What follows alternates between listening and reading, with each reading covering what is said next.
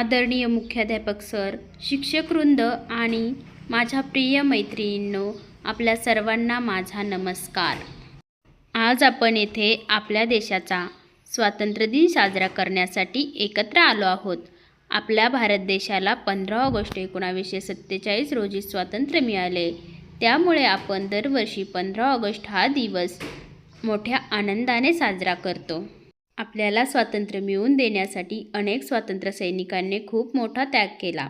महात्मा गांधी, भगतसिंग, सुभाषचंद्र बोस, लोकमान्य टिळक, राणी लक्ष्मीबाई आणि अनेक वीरांनी देशासाठी संघर्ष केला।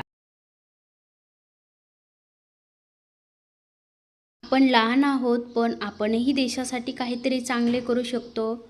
आपण मन लावून अभ्यास करूया, आई वडिलांचा आणि शिक्षकांचा आदर करूया, आपला परिसर स्वच्छ ठेवूया, झाडे लावूया आणि पर्यावरणाचे रक्षण करूया।